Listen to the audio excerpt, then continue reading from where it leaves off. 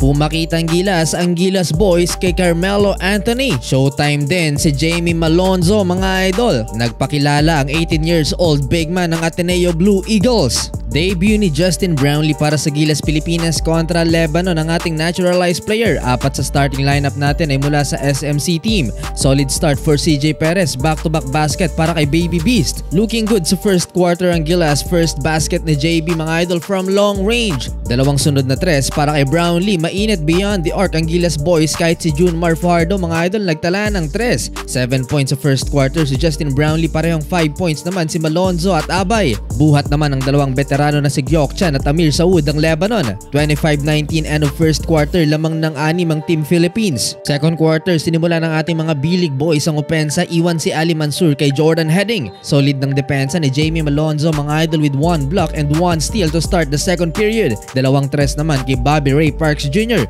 isa sa mid-range mula kay Kiefer Ravena, and Justin Brownlee steal and the finish.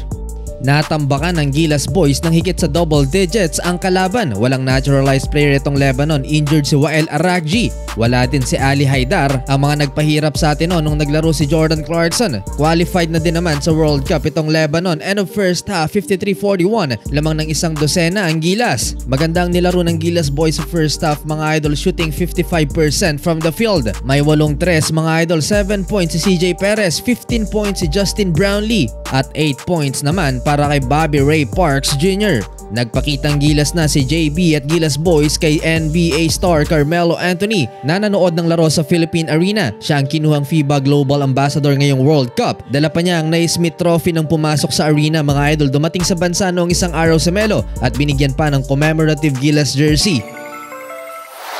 Third quarter, sinimula naman ni Abay Junmar Fajardo ang opensa para sa Gilas Pilipinas. Hindi pa gaanong nangangaldag ng kalaban sa ilalim si JMF. Dwight Ramos mga idol from top of the key 3-pointer. At ang highlight sa game na to mga idol, ang slam dunks ni Jamie Malonzo. Kumawala na ang Ginebra Star at pinasaya nga ang mga Pinoy fans sa arena. Decente din ay pinakitang depensa ng Gilas mga idol, kaya dito sa third quarter, unti-unting lumobo ang lamang nila sa Lebanon. Debut din ngayon mga idol sa senior team ng Ateneo big man na si Mason Amos, ang stretch big na player ni Coach Tab Baldwin, at nagtala nga ng tres nang ipinasok dito sa third frame. Grabe ang impact na dala ng batang to mga idol. Dito lang sa third quarter nagtala ng 3 tres, 11 points in 6 minutes. Taas ng kumpiyansa mga idol, 4 of 4 from the field. Kaya sa pagtatapos ng third quarter, lamang na ng 18 ang Gilas Pilipinas, 82-64. Bukod dito sa Ateneo big man mga idol, nagtala na din ng 12 points si Jamie Malonzo at 10 points naman kay Dwight Ramos. Fourth and final quarter, finally mga idol, para dito sa ating sharpshooter na si Jordan Heading, pumasok na din ng tres at isa pang layup. 20 na ang inahabol na lamang ng Lebanon. Late na nang magparamdam sa opensa ng Gilas itong si Kiefer Ravena mga idol, at nagtala nga ng 2 3-pointers. Pero masyado nang malaki ang lamang ng Gilas Pilipinas at hindi na nahabol pa ng Lebanon, kaya sa huli panalo at nakabawi tayo. Total team effort ang tumapos sa kalaban.